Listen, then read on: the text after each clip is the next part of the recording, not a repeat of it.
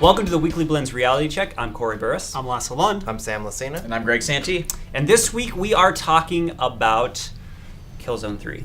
Woo. And now, as everybody knows here, but probably not out there, we do our reality checks kind of covering a game that came out months ago to see did it kind of stand the test of time. So we always give our feedback on the podcast, our initial impressions, but after time is set in, we want to go back and look at it and digest it appropriately. Exactly. So. Now, Killzone has kind of been one of those games coming under a lot of scrutiny because when they announced Killzone 2, they showed this video of what the game was going to be like and all of that stuff, and people, some of it lived up to the hype of the actual gameplay when it finally came out. But now they've kind of followed up Killzone 2.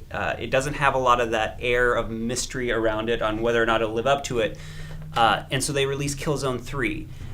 Comes out kind of an epic storyline, this taking the fight to the Helghast on the Helgen world. But I agree, like Sam always says that like you always say, Killzone has got one of the coolest aesthetic kind of looks for it. It's very unique. Definitely, yeah. I love the look of the weapons, and they always they do a good job of meshing that modern look and then adding a little sci-fi twist to it, but not making it too sci-fi. It's still kind of gritty and believable. And when you look at the ships, it's the same way I feel about Battlestar Galactica. That looks like what our military would be like in space. Right. To me, the ships aren't all super fancy in Star Wars. Like they're more, practical and.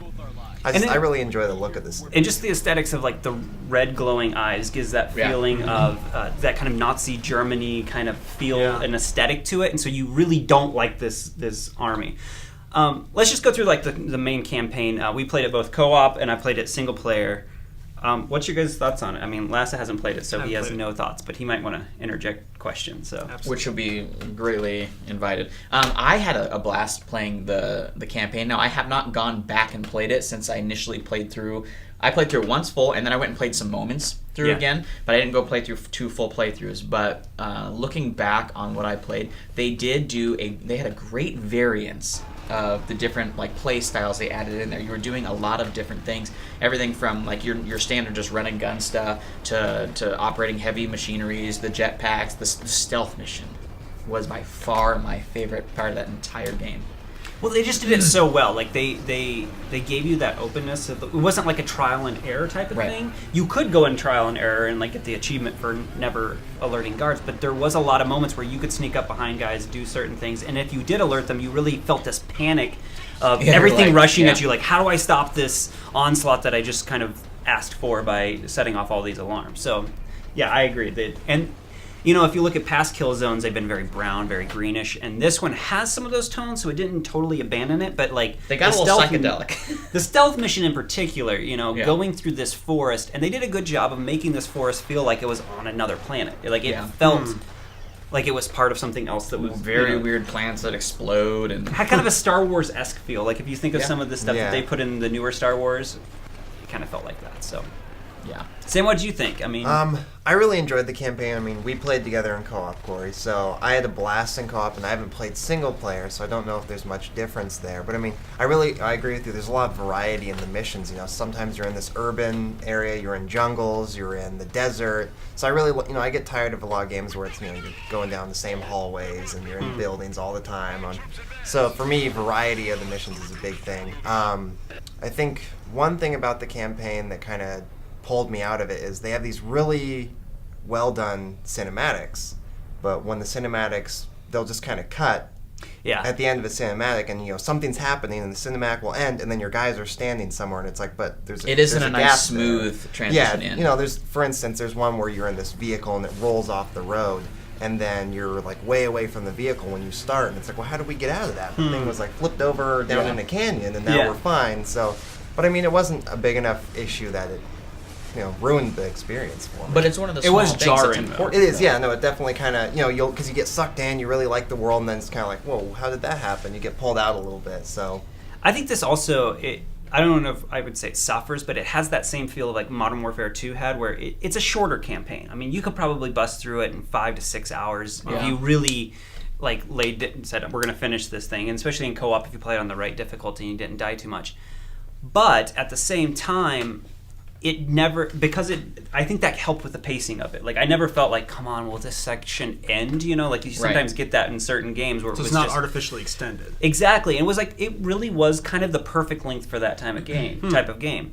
And then you add on top of that the multiplayer. Greg and I got to play a little bit. It suffers from the problem that almost all PS3 games suffer from, and that is no cohesive online room. Now, you can group together, you can get into a group together, and then jump in and out of games at that point. I forgot what the groups are called. So there is a lobby system? There is a sort of lobby system, and you just see everybody on the screen, and then you can jump in. So that's one thing they fixed. Yeah, squads that they fixed from but the squads Killzone transition from match to match. Yes. Which is nice. So when I come out, it brings Greg out with me or whatever it is.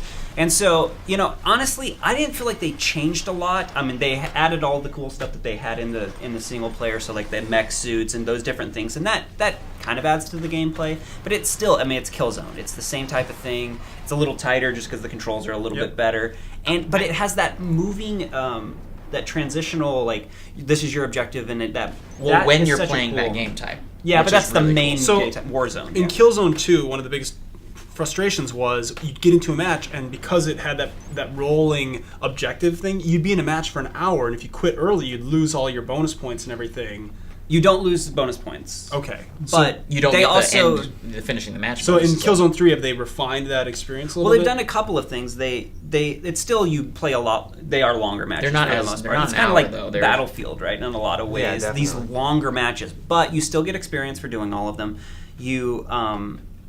There's less of the weird leveling up things that were in the last one, because like in the last one it was like you had to put down a turret, and that turret had to kill 50 guys before you could level up the turret. Well, now it's not based like that. Now it's just points, and you can tell it where you want to put it. Oh, that's nice. So because a lot of those objectives were like, well, if my turret doesn't kill anybody, wasn't I can't in do your anything control. about it. Yeah, you had no control over whether or not your flying turret did it, and if you didn't get in the right match, you never could do it. You just had to.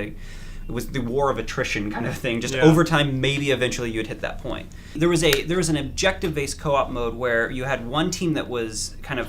It actually reminds me of Squad Rush and Battlefield. There were these objectives that everybody be going to do one certain thing, and then once you did that, it moved to a different objective. It was like a storyline thing.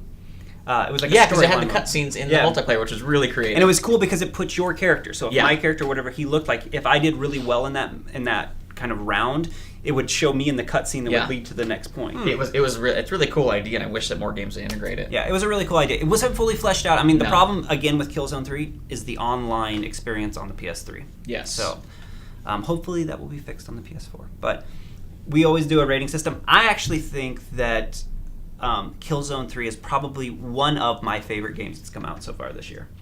Really? So where would you get it? 4, 5? Where are you guys at out of 5 stars?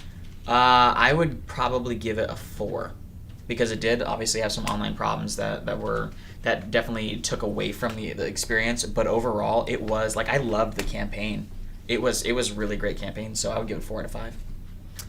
Why are you guys looking at me? I'm leaning towards a 5 out of 5 because I actually think that it was near perfect in a lot of ways. Near perfect tree.